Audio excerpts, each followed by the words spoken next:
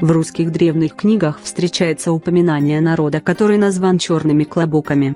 Такое наименование они получили за цвет своих головных уборов. И хотя этот народ играл большую роль в истории Древней Руси, известно о нем достаточно немногое. Надо сказать, что впервые народ с таким названием упомянут в Ипатьевской летописи в 1146 году, а в последний раз в 1193 году. По историческим меркам менее 50 лет. Можно предполагать, что это было общее название для нескольких кочевых племен, обитавших на восточных границах древнерусских княжеств, которые проходили по рекам Днепр, Стугна и Рось. Согласно данным русских летописцев, к черным клобукам относились торки, печенеги, берендеи, кавуи. Можно предполагать, что сами по себе черные клобуки не располагали возможностью противостоять половцам с одной стороны и русским князьям с другой.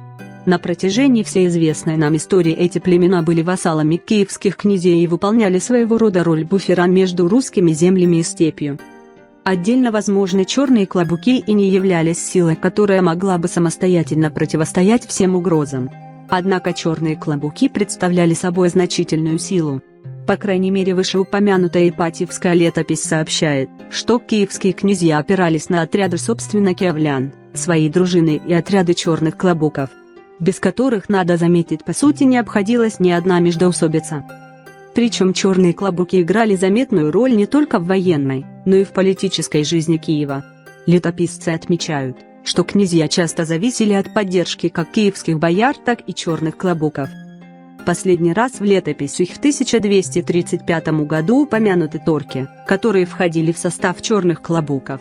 После вторжения войск монголов часть черных клобуков были ими переселена в Поволжье и Молдавию. А та часть, что осталась на родине, со временем смешалась со славянским населением тех краев. Некоторые исследователи даже полагают, что черные клобуки были предками казаков.